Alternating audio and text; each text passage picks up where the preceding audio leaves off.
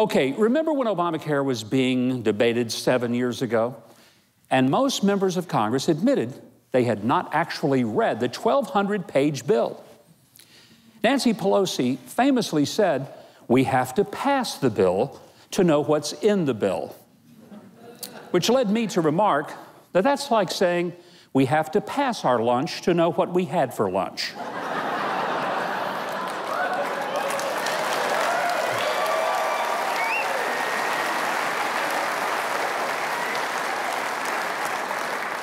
The so-called Affordable Care Act resulted in dramatically higher premiums for many Americans, some by as much as a 200% increase. Just this week, it was announced that the most popular of the plans is going to increase by at least 34% next year. Now, what was supposed to increase access and decrease cost has resulted in the loss of care for many, steep increases in cost, dramatic limits to coverage, as well as access to doctors, and then a bitter debate about exactly what role we want government to play in our health and how much we're willing to pay for it. Tonight, we're going to look at some of the healthcare issues from the perspective of how it impacts you and your family. Not the politics of it, but what it should be or could be if some common sense prevailed rather than special interest and campaign cash. The big fact that gets overlooked is that America doesn't have a health care crisis. No, we have a health crisis. Here's why I say that. 80% of all the health care costs are related to chronic disease.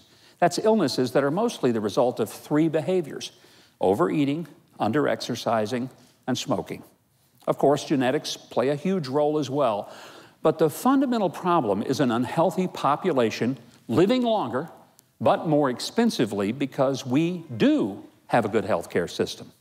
In fact, my mother used to have a saying about things that, well, it went like this. She said, "Some people have a champagne appetite and a Coca-Cola pocketbook."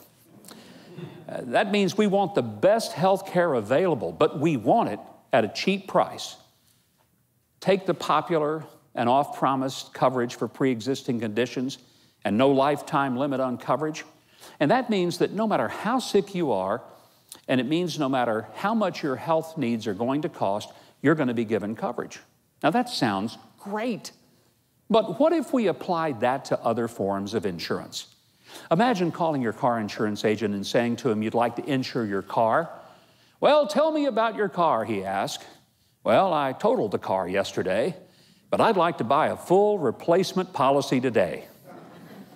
Or what if you tried to purchase homeowners insurance the day after your home burned to the ground?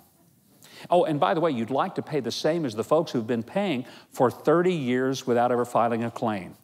You say, "Well, that sounds absurd." Well, of course, because no insurance company could afford to pay after the damage is done. Politicians in both parties promise to provide full health coverage with no limits. But that can't be done unless we're willing to pay out our stopped-up noses for every stopped-up nose we ever have.